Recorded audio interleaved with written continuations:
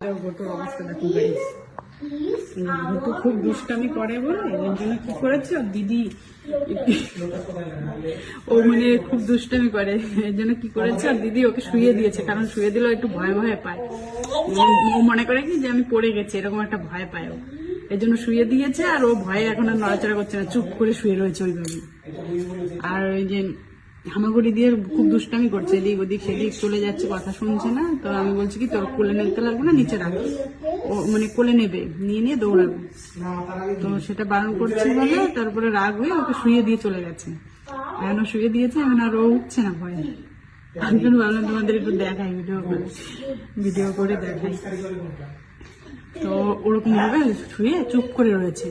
ও কিন্তু উঠলে উঠতে পারে, উঠছে না। ও মনে করছে কি ও পড়ে গেছে, ওকে কেউ এসে ধরে তুলবে, এই জন্য চুপ করে রয়েছে শুয়ে।